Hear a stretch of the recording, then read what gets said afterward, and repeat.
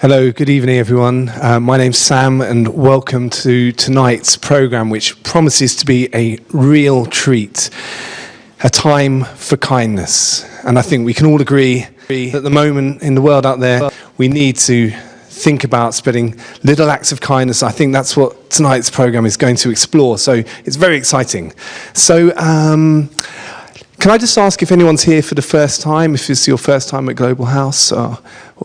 Lovely to meet you, lovely to see you here. So in that case, I'll give you a brief introduction about the work of the Brahma Kumaris. So the Brahma Kumaris is a world spiritual university with centres across the world and whose main aim is to spread peace and kindness through the world, I would say, and runs a variety of self-development courses in anger management, personal development in lots of different ways, with the main tenet being Raj Yoga, which is the practice lots of the people here follow and in every part of their life, I'd say. So you're very welcome, those people whose first time it's here.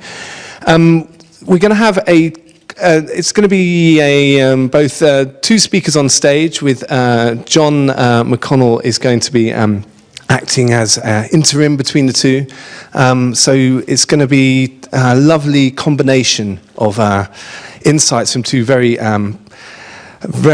respected, profound speakers. So has everybody just checked if you've turned off your mobile phones? That would be the first thing, just to ensure. So good. And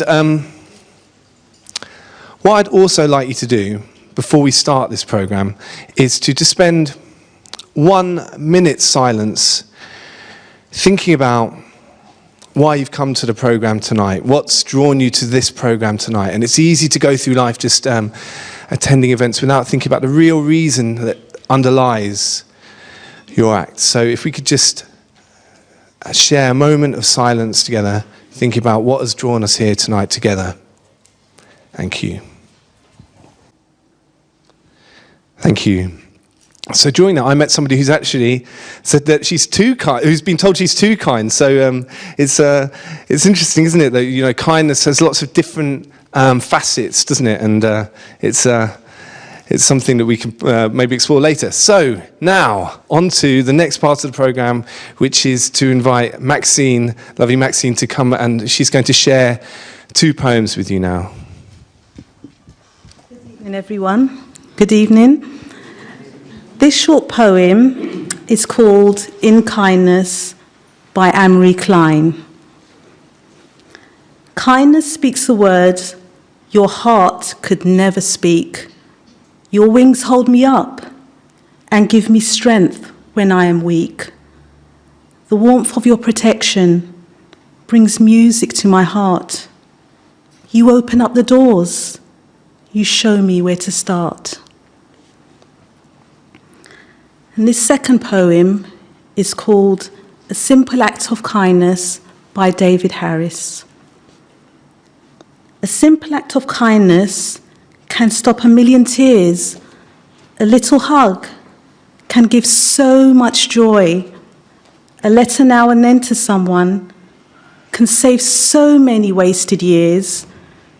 We should hold every moment precious and help as many as we can with a simple act of kindness every now and then.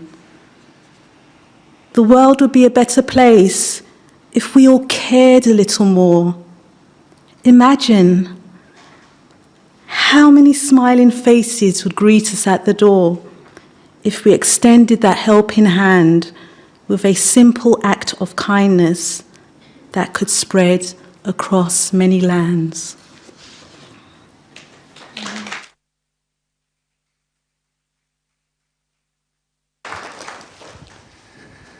Thank you, Maxine. That was really, really beautiful.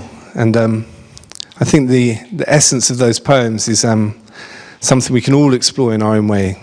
That small acts. And sometimes you can feel as though the world is fraught with danger. But if you take things down to simple acts of kindness, I think it becomes manageable and it becomes something that empowers you as well. So So now on to the main event of this the evening, and I'd like to introduce to you the two speakers who are going to be sharing their thoughts on this lovely topic tonight. So firstly, we have Dr. David Hamilton, who I've had the pleasure of spending some time with this evening. I found out he's a wealth of knowledge on scientific facts, and also a tennis player of less established skills, he admitted to me. But he's a chemist, a columnist, international speaker, and he's written lots and lots of books. And what he was saying was this, his fascination is in science and how that can, how the philosophy and psychology can have psychological effects. So he, in 2016, he also won the Kindred Spirit Best MBS Writer Award. So he's fresh off that success as well. So thank you, Dr. David Hamilton.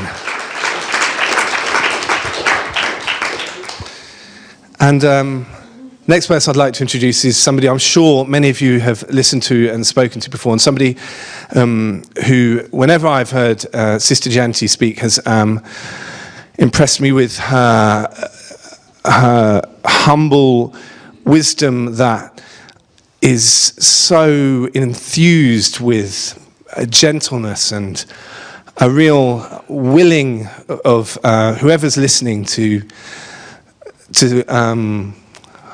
become better. You know, that's what I kind of feel whenever I listen to Sister Jayanti. So she's the European Director of the Brahma Kumaris. She was brought up in the East and educated in the West, so she has a unique way of combining these two philosophies, and is a fascinating and illuminating speaker who I would also like to welcome to the stage. So thank you, Sister Jayanti.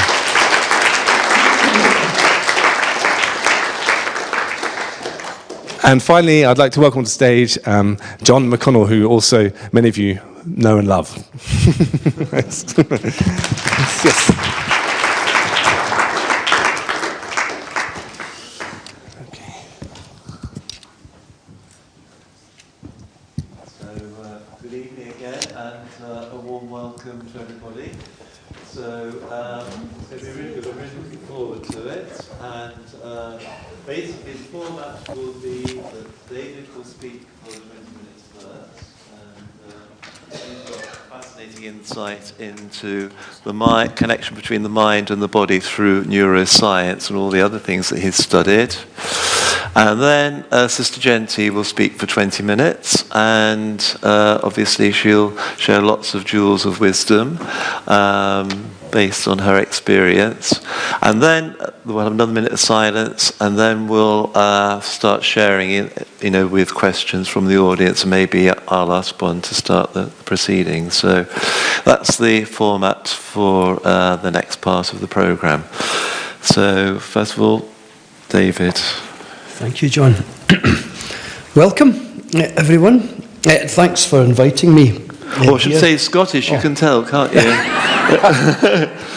We may need to translate some of it. I used to live in... We means a little, if he uses that word. So. Thanks, John. I used to live in Windsor, actually, but you can tell by that accent. Yeah.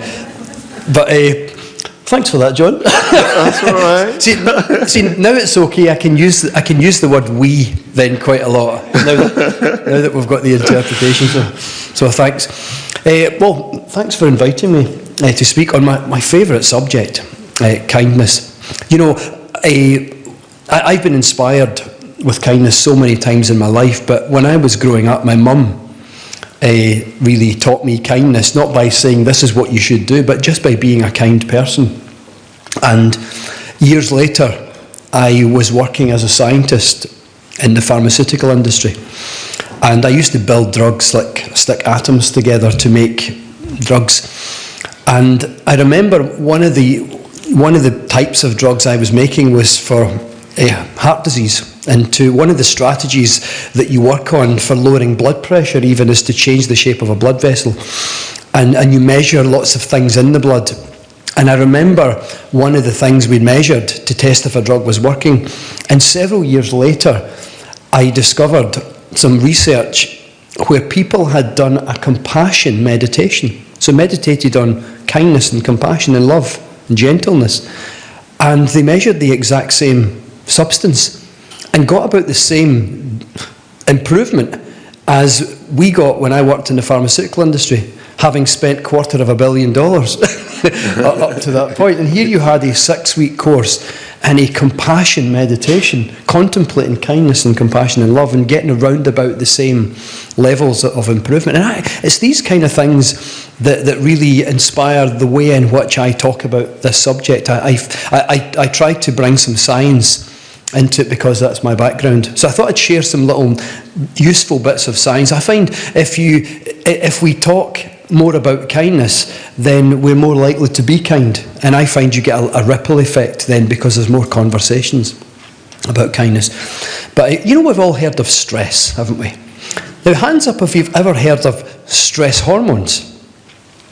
Yeah, so quite a lot. Yeah, so your classic stress hormones are, cortisol and adrenaline. There's a couple more, but mainly cortisol and adrenaline. These are called stress hormones. And they get produced in the body, in the brain and the body, because you feel stressed. And I'll bring your attention to the word feel. We feel stressed, and that feeling generates stress hormones in the body.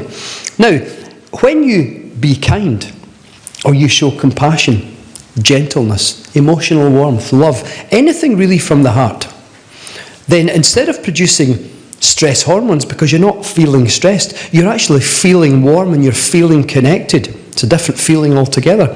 What that feeling of warmth and connection does, instead of producing stress hormones, it produces what I call molecules of kindness.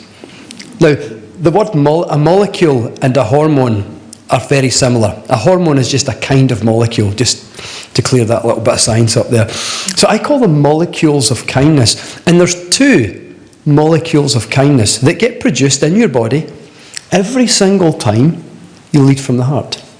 Every time you show kindness or compassion or gentleness or emotional warmth or love or affection. When you hug someone, anytime you lead from the heart with love, with kindness. And these molecules of kindness, the first one is called oxytocin, and the second one is called nitric oxide. Most women have heard of oxytocin because it's involved in childbirth. Many people have heard of nitric oxide, not nitrous oxide, which is laughing gas, but nitric oxide. Now, when you be kind and you get that feeling of warmth, even if it's a momentary feeling that lasts a second, a feeling of warmth or connection always comes with an act of kindness. Very quickly, oxytocin gets poured into your arteries. And it floods through your arteries. It's like a little tap, and it turns it on, and it floats through your arteries. And it attaches itself to little parking bays that line your arteries. In science, they're called receptors, oxytocin receptors, but they're like parking bays. And so oxytocin that you produce through being kind, it attaches itself to the lining of your arteries, and out squirts nitric oxide, not the laughing gas, but nitric oxide, and right away your arteries go like that and expand. They make that noise as well. They go, no, they don't. They don't really. But all of a sudden, you've actually changed the shape of a blood vessel. Your arteries expanded, so your heart doesn't have to work as hard now to push the blood through. So your heart eases the pressure off you. It causes a drop in blood pressure. So oxytocin and nitric oxide, and therefore kindness, are called cardioprotective. And what cardioprotective means is they protect the cardiovascular system. So being kind, being gentle, compassionate, warm, affectionate, all of these things are cardioprotective. Now, as well as that, once oxytocin gets into your arteries, it also sweeps the crap out of them. Now, crap, that's the technical name for 2 groups of substances that are actually the underlying causes of heart disease, cardiovascular disease. So the underlying causes are 2 little substances. And when I say causes, we produce them through diet and through stress and all these kind of things. So ultimately we are the cause, but the chemical cause in the arteries. One's called free radicals, one's called inflammation. And when these build up in the arteries, they lead to more plaques forming and all that kind of stuff. They're implicated in heart disease, stroke, heart attack, all these things. Amazingly, once oxytocin is in the arteries, it acts like a little sweeping brush. And it literally sweeps it all out. And when nitric oxide's in there, nitric oxide actually acts on reducing cholesterol, but just the bad stuff. And nitric oxide just squeezes the bad stuff out. And basically your arteries get a spring clean. And isn't that amazing? Because you're producing that effect just by being kind. You're just helping people. You're just actually being yourself. And it's the exact opposite from what happens when we're mean to people. You know, one of my favourite scientific titles of a scientific paper is called Marital Conflict Relations and Coronary Artery Calcification. Or CAC for short. So you might be able to work out roughly what that's about. So marital conflict relations and coronary artery calcification. It's when the coronary artery moves from having the internal consistency of a poached egg to something resembling plasterboard. And in this study, scientists recruited 150 couples and put them in a room, one couple at a time, and invited them to discuss topics from marriage and family life. So they want to see real discussions. So they might invite them, if the study was done now, they would ask them to talk about, education of the children, vaccinations, household finances. They want to see topics that might get some disagreement because they want to see how you behave, even when you disagree. So they videotaped all the couples for half an hour. They only used the last 5 minutes of tape. And the reason for that is if you were one of these couples, knowing there's a video camera trained on you, you'd probably be really nice. They only used the last 5 minutes of tape because by that time you've forgotten about the camera. And that's when security most often had to come into the room. Anyway, so they watched all these little 5-minute tapes and they started to grade the individuals. They gave them scores according to how they treated each other and how they spoke, how they thought, how they related to one another. So for example, if you showed some warmth and affection, then you might get a plus score. And the degree of warmth and affection, you might get a score from 0 to 10. And every time you showed warmth or affection, then you would get that plus score. Every time someone showed aggression, contempt or hostility, you get a minus score. And the number of times you did that, you keep getting the minus score. So they add all the scores up. And amazingly, at one end of the extreme, you had those who were who had the most negative scores, who were defined as hostile, aggressive. Hostility was defined as the expression of contempt, really quite nasty towards one another. They had high levels of coronary artery calcification. So the coronary artery had actually hardened. At the other end of the extreme, you had those who showed the most kindness and compassion, the most patience. They were softer people. You could say they led from the heart. And amazingly, they had perfectly healthy arteries. And I think that's one of the most incredible symmetries I've ever come across. And what I mean by a symmetry is when one thing is reflected in something else. As we harden in our hearts towards each other, so it's almost like the body mirrors us in that we harden on the inside. And as we soften towards each other, so we soften on the inside as well. This is an actual scientific study, so it's amazing to get kind of real scientific validation of how we think and behave, how that actually affects us on the inside of the body. One of the simplest ways to generate molecules of kindness, outside of how you think and how you speak, is even to give someone a hug. There was a study of 59 women, and they were asked to keep a diary, a tally, over 4 weeks of all the hugs they experienced. At the end of the 4 weeks, the women who had experienced the most hugs had by far the highest levels of oxytocin, the molecule of kindness. The women who had the least amount of hugs had the lowest levels. And it was a straight line. More hugs directly translated to higher oxytocin. Now, given that oxytocin is so good for the heart, you could actually say that a hug a day keeps the cardiologist away. There you go. Another kind of breakthrough in this area, do you know, at some integrative medicine institutes now, in clinics nowadays, some of the scientists there now prescribe to patients who've had a heart attack, as a prescription, they recommend that they get a dog. Now here's why. Statistics and research show that the chances of a second heart attack within 1 year, if you've had one already, if you have a dog, is 400% less. 400% less. Isn't that astonishing? Now, the mind will automatically assume that's because of all the exercise. That, of course, is a very important factor. But recent research shows that actually one of the key reasons for that statistic is every time you warmly interact with a dog, and the same would apply for any animal actually, a cat, a horse, a tree even, or a spiritual deity, the feeling of connection with God, for example. It's the feelings of connection when you interact with the dog. That research finds that as you warmly interact with a dog, you generate oxytocin. One study found that for every 1 minute of warm or playful interaction with a dog, oxytocin levels increased at the rate of 1% per minute. Isn't that amazing? Up to a 20-minute, when they didn't measure beyond 20 minutes, so it might have gone higher.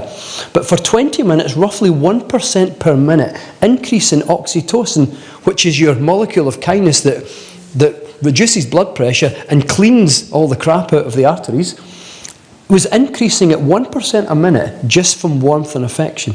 Isn't that incredible?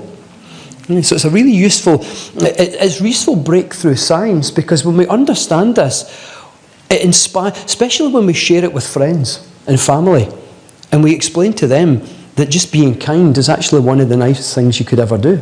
Being kind to humans, being kind to animals, as well, does extraordinary things. But it goes even further, because as well as being good for the heart, kindness actually dramatically slows down the aging process in a number of different ways. There are several underlying, inside the body and visibly as well, there are several processes of aging. And what a process of aging basically means is something that happens visibly or inside the body as we age. And the faster it happens, then the faster we're aging. It's called a process of aging. Now, one of the processes of aging is a process that you see in the skin, and it's called oxidation. It's called, we call it wrinkling. Scientists call it oxidative stress in the skin. That's its technical name. But do you know, if you leave an apple on the table for maybe 2 or 3 weeks, what happens to the apple? Yeah, exactly. It wrinkles, doesn't it? Now, that wrinkling is called oxidation. It's exactly the same process that occurs in human beings. Obviously not at the same rate. Thankfully. You know, meditate on the table for 3 weeks and you're covered in wrinkles. But the process is the same. And that oxidation is caused by little substances called free radicals. And they're side effects of stress, dietary factors, lifestyle, all these kind of things that we generally associate with aging. Recently, scientists have been, in fact, one of the reasons why you take antioxidants, antioxidant means anti-oxidation, i.e. it slows down oxidation. That's why antioxidants are good for the heart, because this process of aging occurs in your arteries as well. You just can't see it because it's on the inside of the body. That's why if you go into a supermarket and you buy pomegranate juice or purple grape juice, and you look at the side of the carton and there's a stamp from the British Heart Foundation or another heart charity, because they're recognising the high amounts of antioxidants that you're drinking that are now anti-oxidation inside the body. But scientists studying aging of the skin and the oxidation process of the skin, they found that when there's lots of oxytocin, the molecule of kindness that you produce through being kind, warm, affectionate, gentle, compassionate, when there's lots of oxytocin in the skin, the rate of oxidation is dramatically slowed down. And it increases when there's not a lot of oxytocin there. And that's one of the reasons why stress and anger and hostility and aggression actually ages people. Most people are familiar with that anger and aggression and hostility to people does actually age us faster. So what this research shows is the exact opposite process. Instead of feeling angry and feeling hostile and aggressive, producing the negative things, when we be kind, we're producing oxytocin.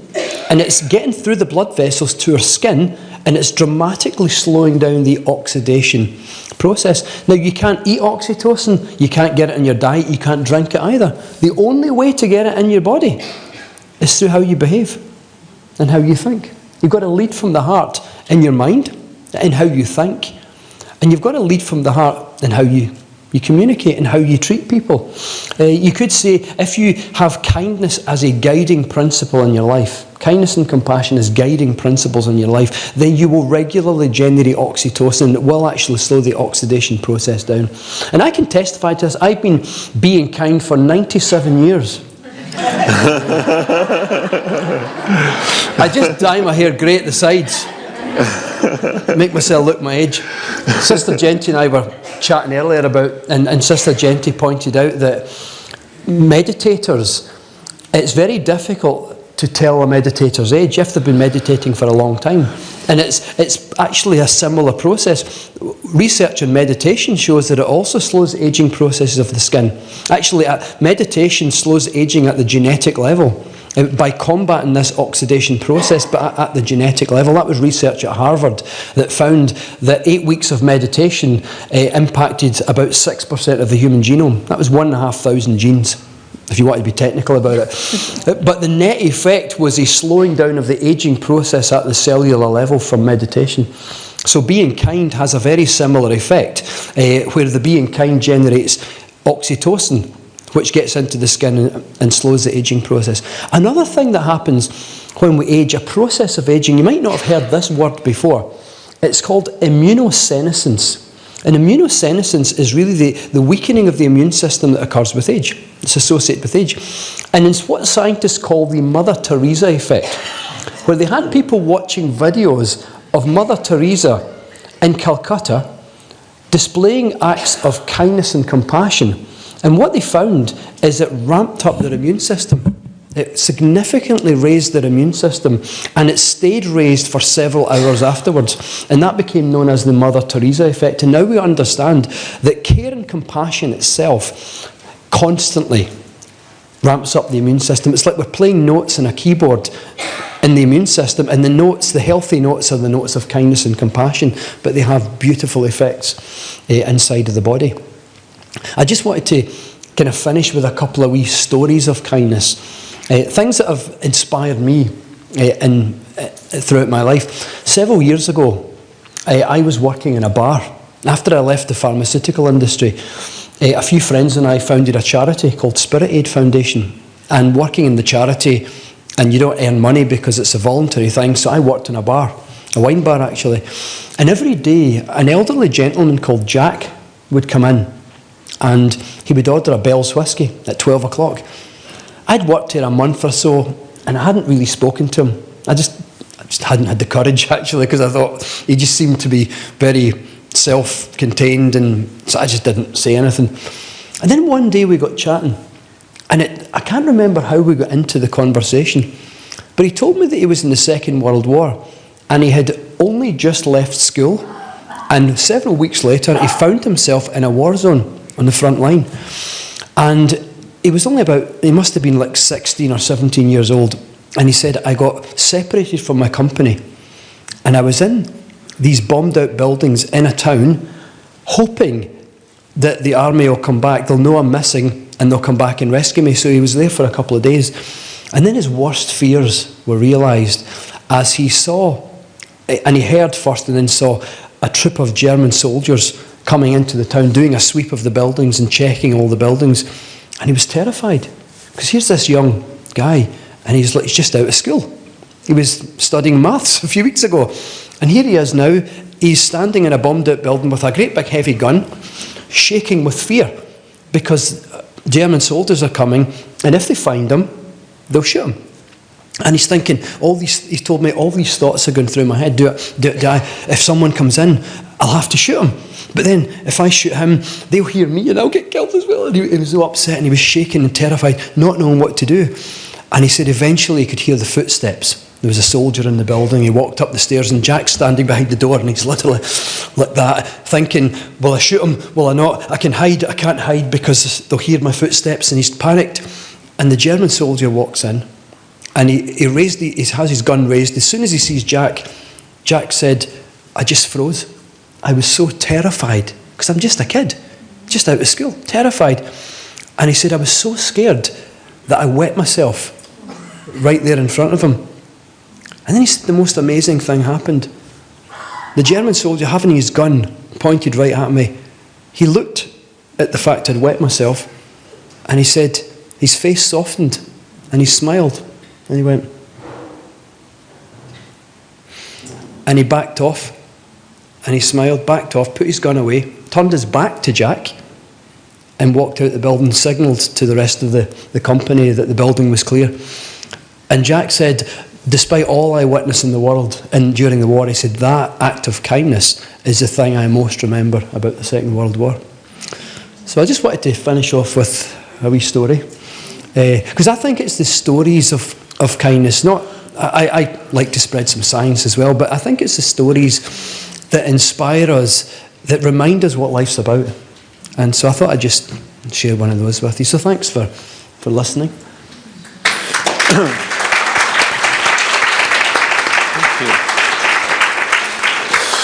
So I think we ought to have a minute of silence, so we can look younger and our hearts can relax and we'll all feel really healthy. And just reflect on what we've just heard. Very powerful, very interesting.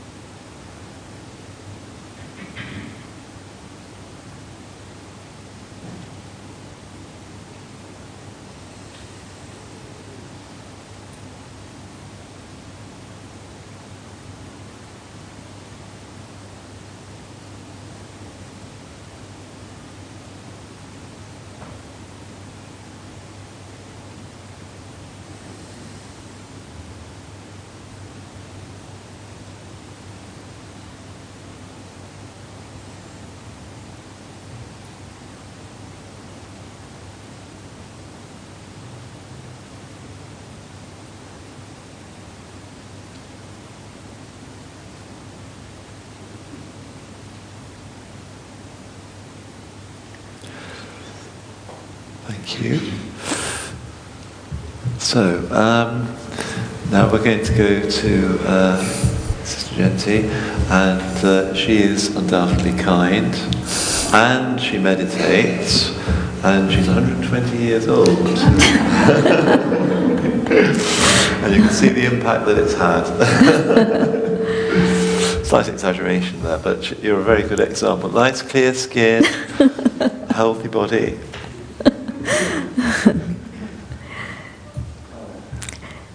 Om Shanti. I think many of you are familiar, but just for those who are not, Om means I am, and Shanti means peace. So it's a greeting of peace to my sisters and my brothers. I've thoroughly enjoyed what David has shared just now, and also what we were sharing earlier in our conversation. And my special enjoyment comes from the fact that I've believed for a long time that there has to come a moment when science is able to validate all the aspects of spirituality that spiritual people have been talking about for millennia. Not just recently, but ancient truths that have survived through the years, and we might not be following them in our lives, but we know that they're real, they're true. And so it's wonderful to be at this point of confluence. It's a real confluence where I see so many different aspects of science come forward to validate all of the things that I've been hearing about and experimenting with and experiencing for several decades now. So thank you, David. I want to approach this from a very different perspective. I don't have the science that you do, and so that was brilliant. But I want to ask the question, if I know I'm not kind, do I just accept it and say, well, that's the way I am, and that's the way I'm going to be, and you all have to live with it? Is that what I do? Or is it possible for me to say that I really would like to be kind and maybe even enjoy better health by being kind, but not for the sake of better health, but for the sake of being kind? Because I know that when I'm unkind, then that's what I get back in return from the universe also. And when I am kind, then I know that I get love and support and cooperation. And so is it possible for me to change things around within myself and move on the journey that's going to take me towards kindness and make me more and more kind? Raj Yoga works on the principle that, which is a universal principle actually, but it works on the principle that every human soul, and I'll introduce the word soul, every human soul begins its journey with goodness. And within goodness, we would identify 5 main factors: peace, love, truth, purity, and happiness. And within these are the whole spectrum of human positive attributes. Think about any of the virtues that you enjoy seeing in others or being exposed to in others. Think about all the virtues that you see in yourself sometimes and you'd like to develop more. And you'll see all of them connect up with one of these 5 attributes. And this is because it's like, the 4 primary colors. Mix and match, and you get 1,000 different shades of the rainbow. In the same way, with these 5 particular attributes, I was asking myself the question, well, what would be the combination that creates kindness? And what came to me was that when there's a state of purity, a state of cleanliness, combined with the state of love, then combine purity and love together, and what you have is kindness. And so I believe that because every single human spirit begins its journey with these qualities, and then along the way, we've gathered a lot of dust. Then the role of meditation is to clear out that dust and clean it so that we come back closer and closer to that original state that we started our journey with. And as you begin that journey of meditation and move along, you discover things that maybe you don't like about yourself, things that were hidden away that you didn't know about. Or maybe others could see it and you didn't see it in yourself, but sometimes quite genuinely, they hadn't yet surfaced. Life hadn't yet exposed you to what was inside. And then you get a little bit disappointed. You didn't know that you were going to have to deal with all of that, but it's okay. You learn to deal with it. But as you go further along the path of meditation, you discover those original qualities of the self, and you realize that by being aware of your own eternal identity, spiritual identity, you're able to express these qualities more and more. And what's coming out is the goodness that's there within the human spirit, but also the transformation of all the other patterns of behavior that have been acquired over the years. Simple example, anger. You know, some people say, express the anger and you'll be released from it. Well, spirituality says, well, no, not quite. Express the anger, and next time, probably you'll get more angry, and it'll continue to increase. And there'll come a moment when it's not just a private thing that you're angry, but it's exposed, and you're now angry in public. In situations where you'd rather not be exposed with that sort of behavior, but you can't help it anymore. And spirituality is saying that every time you repeat an action, it becomes stronger. That pattern of behavior is more and more deeply ingrained within you. But it doesn't just apply with anger, it applies with all the positive attributes.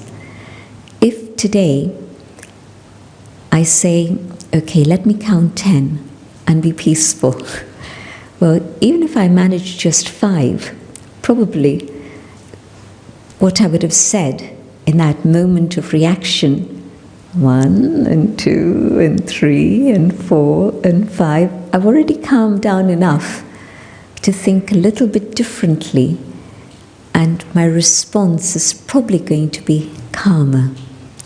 And next time it's going to be easier to be calm. Next time it might even be not just being calm, but actually even being kind. And so I've started a different process that's highly effective, and I can see the results very quickly. And so I believe absolutely that tigers can change their stripes, that it's possible for leopards to change their spots, and it's possible for the human spirit to again come back to that original state of kindness and goodness once again. And yes, when I think about the people I know who are kind, yogis who've, well, I've known them for most of my life, and so for most of my life I've been exposed to their kindness, but I saw them age very gracefully. I put it in the past because a number of them have passed on. Yoga is good for skin, but yoga doesn't make you immortal. But I don't think you would say for many 80-year-olds that they're beautiful. Well, all the 80-year-olds I saw as yogi, and I'm talking about men and women, these 80-year-old women, Dadi Prakashmani, I think you were in Mount Abu in the days that Dadi Prakashmani was there. Do you remember her? I do remember. And do you remember how beautiful she was? Yeah. I don't want to put words in your mouth, but... No, I yeah. So when I think of Dadi Prakashmani, age, not 80, late 80s when she passed away, she was beautiful. And many of you know Dadi Jayanti, and how many of you must have said to me that Dadi looks so beautiful. And she is now 101. And so there's a difference. But definitely, the beauty of spirit shines, and you see the beauty, they're not just in their eyes, but maybe it's in the aura they radiate. It's not that their physical features have changed or that they've become different, but there's a different aura. And so definitely it's visible. But when you think about people, what do you remember? You don't remember so much what they look like. You remember what they said to you. You remember what they did for you. And so if I'm remembering good people, the memories are very sweet and uplifting. And sometimes we forget to remember good things. The world is so dark at the present time and definitely needs a lot of kindness. But in a world that's dark, it's very easy to let that negativity influence us. And first thing in the morning when you get up, how many of you check your little device to see what messages have come? Not a good way to begin the day. It may be a good message, a good morning message of hope and kindness, or it may be news that is not so good, but not a good way to begin the day. If I can begin my day with a moment of love, love for God, love for the self, and allow my heart to actually expand. I'm sure it's got something to do with the arteries also. But if I can begin my day with that experience of God's love and even love for myself, definitely through the day it's going to be much easier to love everyone I'm in contact with. I begin the day with bad news, and every minute that goes by, I'm going down already. And so it's bad memories that keep flooding into my mind, and my mind can be my best friend, but also my own mind can be my worst enemy. And this space in here is very, very precious. So what is it that I'm holding in this space? I have a choice. Every moment there's a choice. And if I'm feeling happy inside, I'm more likely to be kind. If I'm feeling unhappy, distressed, discontent, I'm not likely to be very kind. And so, being a good friend to myself, learning to love myself, learning to be able to appreciate my own original qualities of goodness by being in touch with them. I can't just be a parrot and tell myself, yes, there's goodness, there's goodness. It doesn't work. But what happens in meditation is, if I allow myself to go on that inner journey, and in particular, if I allow God's light to shine on the soul, then that which is good and the highest within myself begins to emerge and be expressed. And I begin the day with a very sweet state of feeling, of being. And then whatever things may come my way, it's a world that has a lot of things going on. So it's not that my yoga is going to protect me from all the stuff that's going on out there. I'm going to be exposed to it. But having generated that goodness within the self means that there won't be an impact of the negative things that are happening, but rather there'll be a positive response.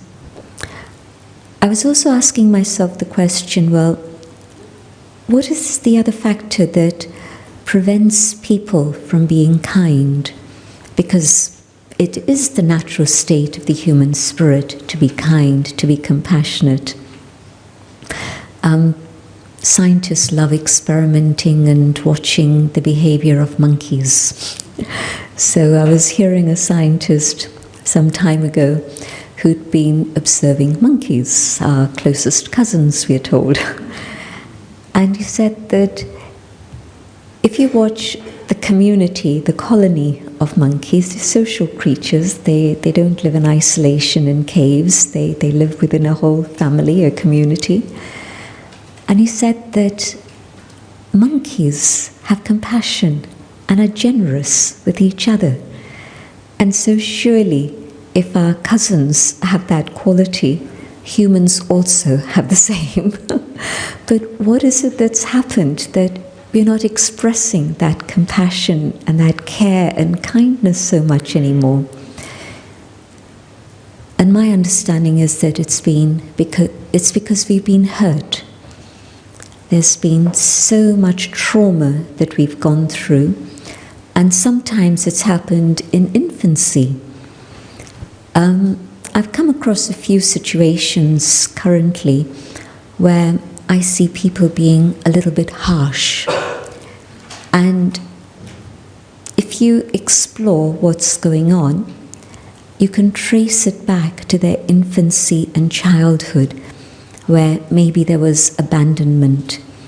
Maybe the story of one particular person, he's coming back from school and he's 11 years old, and as he's walking home, an adult, a family friend, has just left the house, and he tells him that, "Did you know your mother's dead?" And this child is horrified, runs, and literally that's what's happened. The mother's had a heart attack, and this child is 11 years of age. But that sense of abandonment has led to a situation where behavior is not very pleasant. There's a charm, but there's also another side. And then when I heard this story, I said, I understand. An 11-year-old child sensing that state of abandonment, and it's going to leave a scar. And so, how does this person deal with it? He's now 60, maybe even 65. And he's understanding now how if he can take God's love, then the power of God's love is going to heal that trauma that he hadn't even identified as being the cause of difficult relationships today and control issues that he has now. And once he made that link, he understood, of course, and began to bring about transformation through that experience of taking God's love. And so where we don't know what real love is, because we've been hurt again and again and again. And where real love is even being offered, but we shut ourselves to it because we don't trust it. The person saying to you, I'm too kind, I'm told I'm being too kind. There can never be such a thing, can there? But yet, a world in which people take advantage of goodness is something that then makes us shut down that goodness. You know, too sweet to be wholesome. That's another expression I've heard. So that transformation within the spirit for myself through God's love, but also just continuing to believe in the value of goodness and in the truth that every single soul does have that goodness. And if I continue with the journey that I'm on, then yes, maybe it can allow others to have that courage and faith to continue their journey too and move in the same direction. And the way I hold on to my faith is just by remembering the times that I've been exposed to the kindness of these yogis and how much I've benefited from that. And in a world in which they had to face many challenges, but they didn't let go of their kindness and their goodness. They kept going. And so that's what I need to do also. Thank you.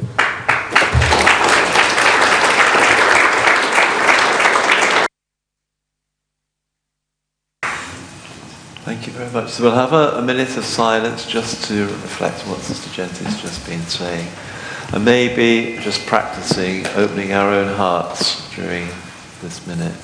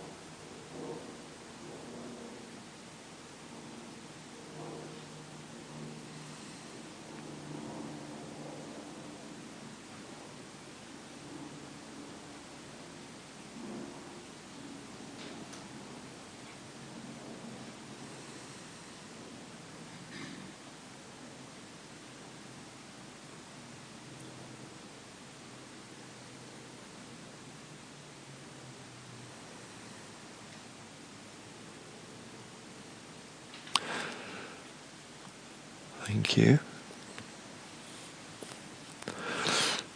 So, listening to both, I found it very interesting. They're like two complementary parts. And when you bring the two together, they make a lovely whole. Don't they? Both intellectually, emotionally, and scientifically. I mean, the whole thing comes together as a lovely package. And but I'd like to. I'll just ask one question myself, and then I'll leave the field open to everyone else. I'd like to ask you, David, about, you seem to have a lovely open heart. How did you manage to open your heart? Because it wasn't that straightforward, was it? I know it's not, you can give the answer as a human being, not as a scientist, because we know the benefits of it. But I think it's good to... A combination of a lot of things. I think a gradual immersion in spiritual ideas has been very helpful, and having as a guiding principle kindness and compassion. But I underwent a massive shift about 2.5 years ago when I lost my dog. I was saying to Sister Jayanti earlier that my dog Oscar arrived in my life 2 days before I started working on self-love. I wrote a book on self-love, how to love yourself. And he arrived in my life 2 days before I started it, and he passed away 2 days before I finished. So he was in my life for the exact duration. And I believe he came into my life for a reason. But one of the things that he did is he opened me right out. And I remember when he actually passed away, I remember my partner Elizabeth said to me, "Where's all the love going to go now?" Because we'd cared for him. He had bone cancer, and we looked after him and did everything we could to try and save his life. And she said, "Where's all the love going to go?" Because we'd opened up so much and poured so much love into constantly caring for him, being with him, sleeping with him. And I had this profound realization that what had happened is Oscar had opened me up so much that the love was now going on to everything that I saw. And ever since that day, which was in the middle of November 2014, I have been left with what all I can describe as a simmering background, gently effervescent sense of affection for everyone. And it hasn't left me. It's reduced in intensity from time to time, but it's never really gone. And I could only describe it as a simmering, gently effervescent sense of affection for everyone in my life, everyone I see, everyone I meet in the street, people from my past. And that, for me, probably isn't the answer you were looking for, but that, for me, is probably the biggest shift of opening up that I have ever experienced. And I look at that as a gift that Oscar's soul gave me. Yeah. Well, that's good.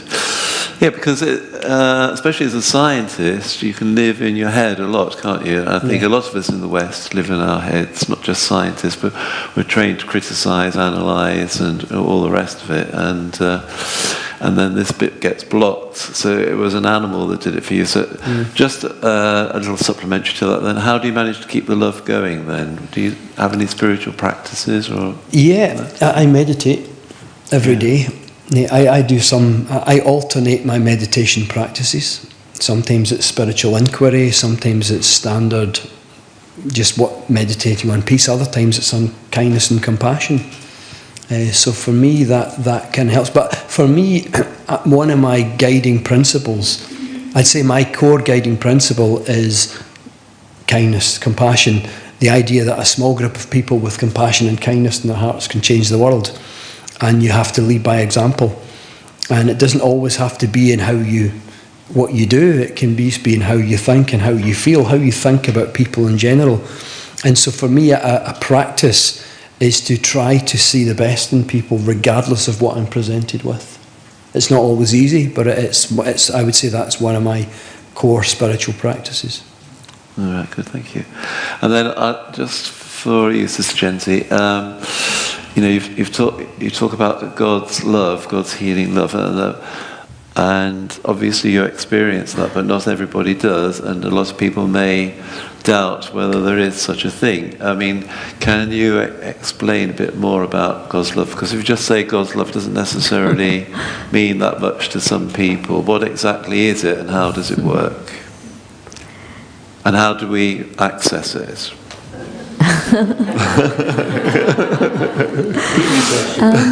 All in 1 minute. Well, you can have two if you like. Okay, here goes, and maybe what's in this is an invitation for those who don't come here to find out more by coming and finding out. There's a practice that we have which is called soul consciousness, which means focusing our attention on the inner being and just focusing here, and at the moment I'm just telling you without explaining it, but when I focus on in the awareness of the soul, and I come to that awareness of I, that inner being, separate from this physical form, this body of mine, I'm opening myself up to the possibility of connecting with the divine.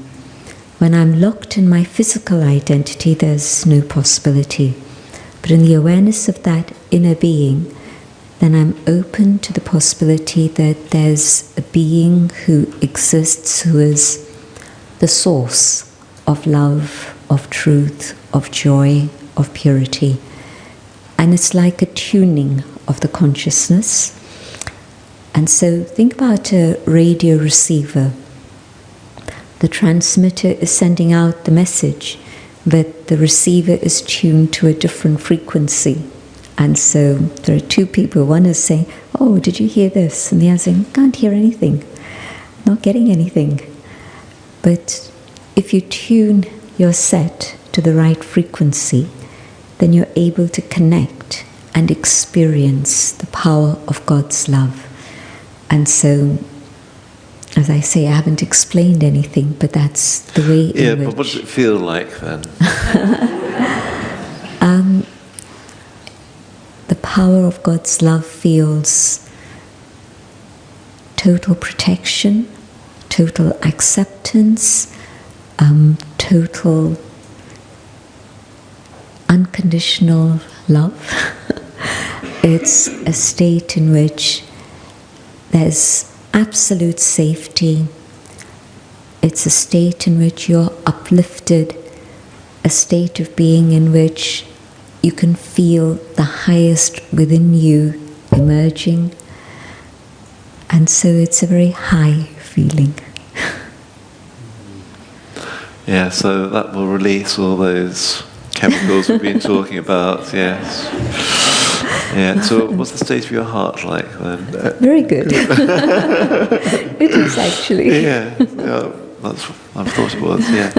Good, okay, so I mean I won't ask any more questions at the moment because I'm sure there's lots of other people who would like to ask, and we do have a roving mic. So maybe if we say take one question from this side so that you don't have to run around the room, and then we'll gradually work our way around to the other side. So is there anyone on this side who would like to ask a question to either speaker or both? Nobody? All right, let's move into the centre. Anyone here would like to ask a question? So there's our brother at the front here. Hello, I'm Jayanti. Thank you so much for both of your sharings and wisdom, and thank you to the Brahma Kumaris for hosting tonight. The question I have for both is, what's the difference between kindness and compassion? And I've seen, in my head, I'm thinking one feeds the other, so it's very interlinked, but what is the distinction?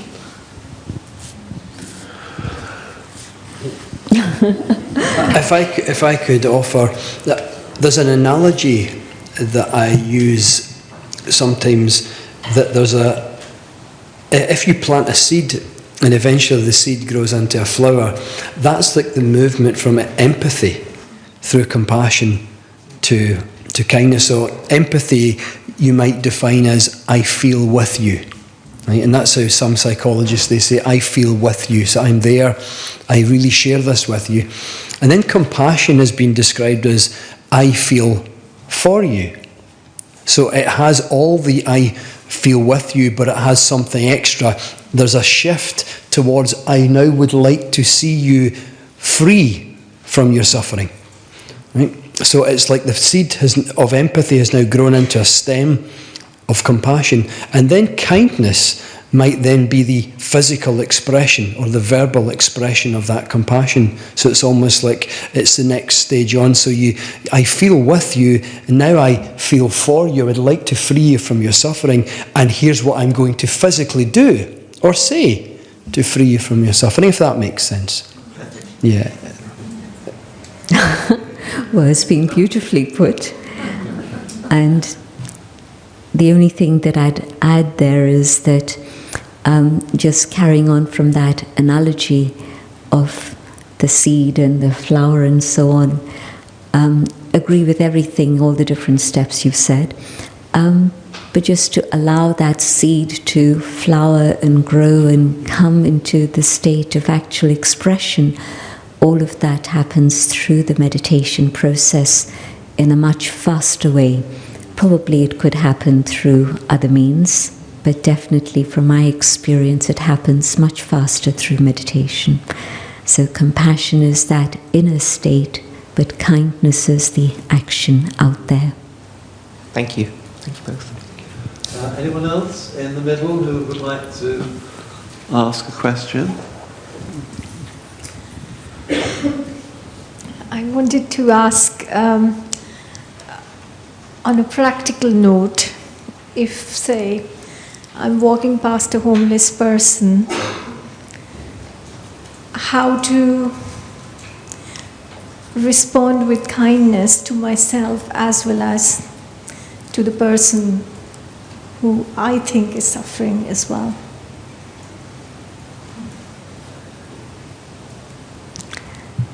There's so many stories and so many things that I don't know about, but at least if I can stop for a moment and acknowledge and see the dignity of that soul, and maybe take a moment to speak, maybe take a moment to smile, maybe that would be something that I could definitely do, even if there's nothing more that I can do.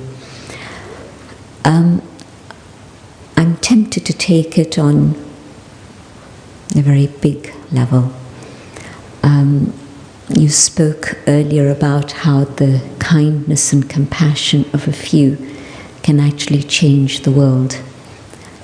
In 1968, when I met the founder, I'd met him many times from my childhood and teenage years, but this is when I met him with understanding, when I understood something. Prior to that, I met him just as a wonderful person, but at that moment I met him with my own spiritual journey having started. And he said, is it possible to remove suffering from the world? He was 92 and I was 19, so I didn't have an answer. He said, yes. Is it possible to remove poverty from the world? I said, yes. Is it possible to remove sickness from the world? He said, yes. And then he said, but these things will only go if you remove lust, anger, ego, greed, and attachment. Then all of these things can be removed. But you can't tell anyone to do this. You have to start doing it yourself. And that made me understand what a yogi life was really about and what a life of spiritual service was about. And so, on one level, yes, an expression of kindness to a homeless person, but on a bigger picture, my own transformation is really the way in which, because it's not one homeless person, it's too many, more than I can count, And so what can I, one individual, do? It can be a state of helplessness that one feels, but no, there is something that I can do. But it starts with my transformation. Anything you want to add? I couldn't add anything to that. No, it was your sharing that concept that allowed me to bring in this concept, so thank you. Yeah.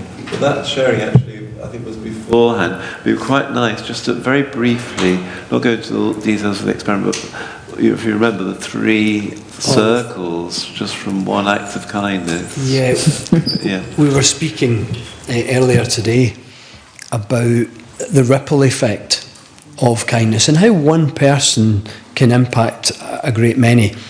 And you know, if you drop a pebble in a pond and it goes plop and it leaves little waves, and at the other side of the pond a little lily pad goes like that. And the lily pad doesn't know why it's doing that, but the reason it's doing that is because of the wave. Now, in a similar kind of way, we create waves by dropping pebbles of kindness. And researchers at some of the big Ivy League universities in America, Harvard and UCLA, where they did an experiment where there's these simulations they do, and they call them business games, and they try to scan the brain when you're making financial decisions, but there's lots of ways you do it. And one of them is called the public goods game, when people are given real money. And the public goods game means that you're building a town or something, and you've got to donate some of that money for the public good to the public pot. And there's an average amount, after thousands and thousands of trials, there's an average amount that people donate to the public pot. But in this particular experiment, the scientists had put an actor in the team and asked the actor to make a much higher than usual, much higher than the average donation, see what happens. So, having observed this person placing a much higher donation, after that round the teams were swapped around, so each person from this group was moved to separate teams. And having been inspired by that person whom they didn't know was an actor making a larger contribution, they then decided to increase their contribution. Then everyone in that team, having observed a higher contribution in their game, the next game, and what they found is the ripple from the one person who increased their donation actually moved out to 3 subsequent steps. And it was called the 3 degrees of separation, so 3 steps further. Now, I did a little calculation based on my understanding of the average amount of social connectedness we have in our world. Right? This is what I mean by social connectedness, is generally speaking the number of people we tend to interact with in an everyday way. And let's say that average number was 5. Right? So each time what this study shows is every time you do something kind for one person, because of the average amount of social connectedness, the chances are that person throughout the rest of the day will go on to be kind to 5 further people. Right? That might be a physical act of kindness or something verbal or assisting in some other way. And each of those 5 will in turn, based on the average level of social interconnectedness, will be kind to 5 further people. And each of those 5 will be kind to 5 further people. So from every one act of kindness, 3 degrees of separation have been affected. 5 times 5 times 5 is how much? 125. So the chances are, based on the average degree of social connectedness in our world, every time you do something nice, you're probably, without realising, you're probably impacting round about 125 people, give or take a small amount. And most of these people that you're unofficially helping through the wave that you create on the fabric of reality, the fabric of human life and society, most of these people you'll never meet, have never met, and will never see in your entire life. But yet, a simple act of kindness is somehow, through our interconnectedness, having an effect on the quality of their lives. So that's what we were speaking about earlier.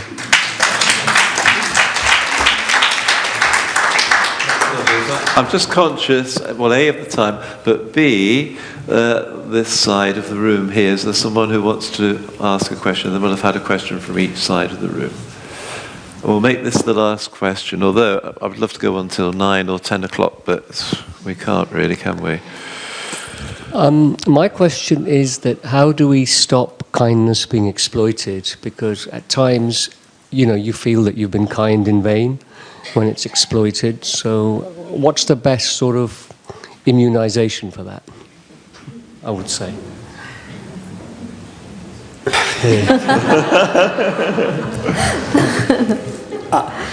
I think you can look at it in a couple of ways.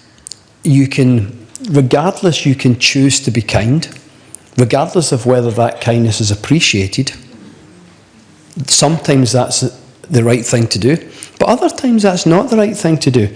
Other times the right thing to do is to honour your own needs and your own, what you actually need, and that might be called self-compassion or self-love or self-kindness. And sometimes that's the most appropriate thing to do, is be kind to yourself. And what that does is it generates more of a sense of wholeness that allows you actually to have more energy to help other people. And that balance between just being kind anyway and being kind to yourself, that is different for everyone. And it depends on the context of your life. It depends on the people in your life, your situation. So what might be correct for one person might, practically speaking, might not necessarily be correct for someone else. I think that we have to find our own balance point of based on my own needs and maybe my spirituality and my beliefs, might I decide, regardless, I'm just going to be kind anyway? Or might I pull back a little bit and look after my own needs if appropriate? Or is there something in between that I might do?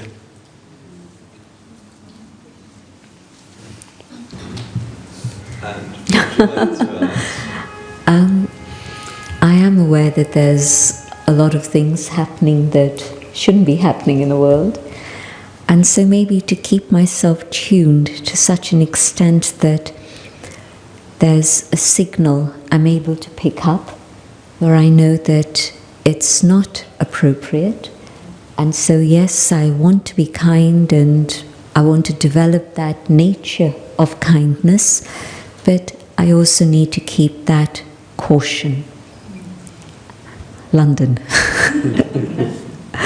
is a good example of where you tread lightly with love and gentleness, but you walk with caution.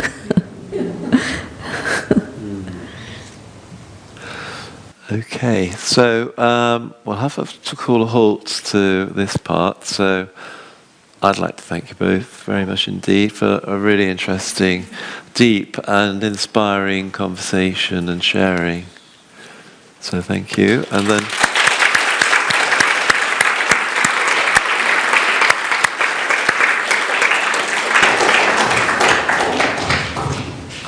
then it's back to Sam. Thank you, John. Thank you, David. Thank you, Sister Jayanti. The evening's just flown past, hasn't it? And it was so amazing how they complemented each other. I was really blown away. The first part with this idea of the physical benefits of it, and then the second part really going to this kind of unconditional kindness and how we can all aim towards that goal, which we're all trying to do. And I'm also going to go and buy a dog as soon as we leave. Get my oxytocin up. Thank you all for coming tonight. Perhaps an interesting comment. It's interesting to see how the doctors are recommending dog, but all we may need to do is turn the word round. Instead of DOG, we may want to start more easier to come to terms with them. Yeah. Yeah, and you wouldn't have to feel, yeah, very good. Thank you. David will be outside the seminar room with a selection of his books as well, if you'd like to speak to him after the program's ended. So I'm sure lots of you will like to take that opportunity. And there's a couple of upcoming events. Obviously, more information is available in the foyer in Global House. So, but some that are coming up very soon is on Sunday, the 23rd of July, between 2 and 5:30 as What's Your Story? A Sunday workshop with Gabriella Harvard, which is about understanding, embracing and rising above the script. So again, somewhere to build on the things that we've looked at tonight. And then next Thursday evening, between 7 and 8:30, is a program called The Shades of Silence with Sarah Kavanagh, which looks at the take away the negativities that some people put with silence. So it's another chance to build on what we've done, everything we've explored today. And the bookshop, as you leave this evening, the bookshop will be open, and there are a couple of, there's lots and lots of excellent material in there, but one book that I'd like to draw your attention to is Living Our Values, which again looks at very step-by-step, very practical approach to putting into your life the what was, I think, touched on this evening. And there will be Toli at the end of this program as well. And before that, I'd like to ask Sister Jayanti to lead us in a meditation. So thank you.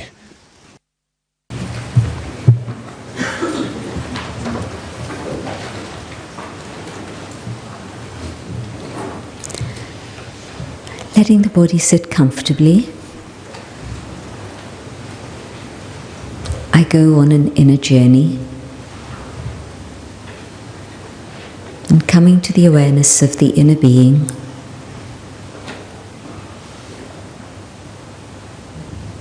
I focus on the light that I am, the light that shines, the light that is the light of peace, the light that connects with the divine.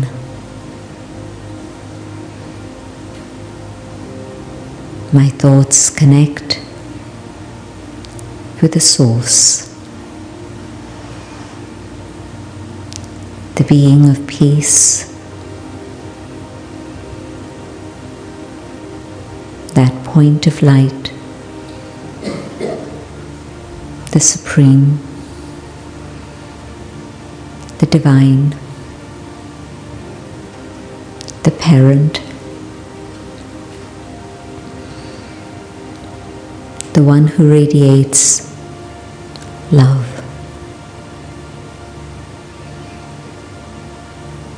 My thoughts connect with the being who is the source of love.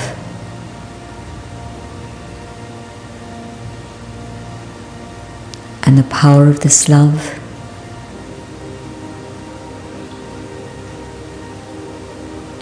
allows me to let go,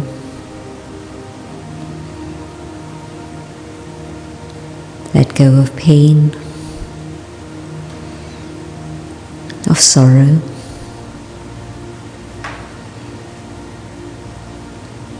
so that the love in my own heart emerges.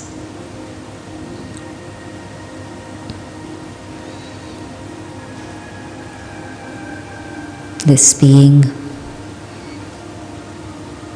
is the being of purity, the one who's able to cleanse the soul, purify the soul.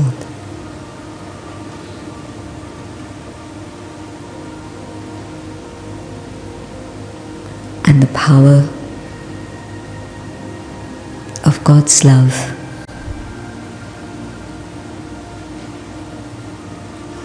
cleans the negativity and fills me with goodness.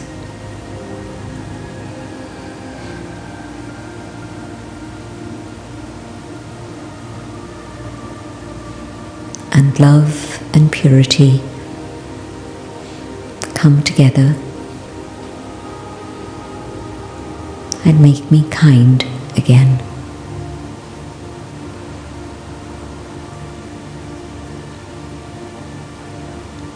In my original state of being,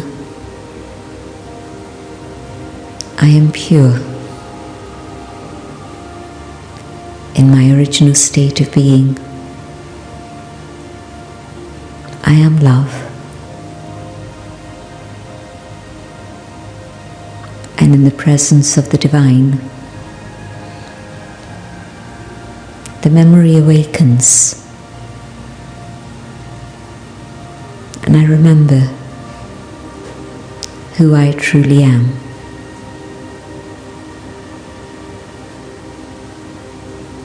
And I hold kindness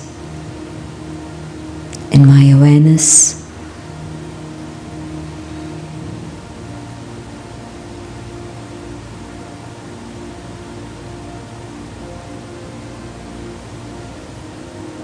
and I resolve to keep this with me through all that I do.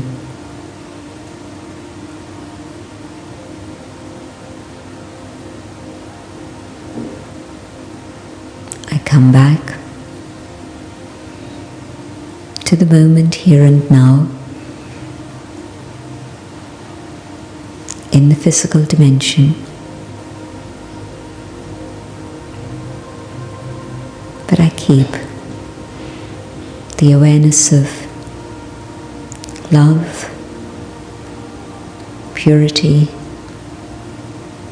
and kindness with myself.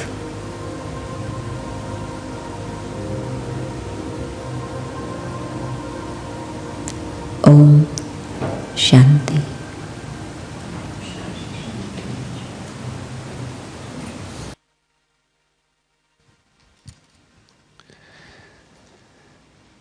Thank you.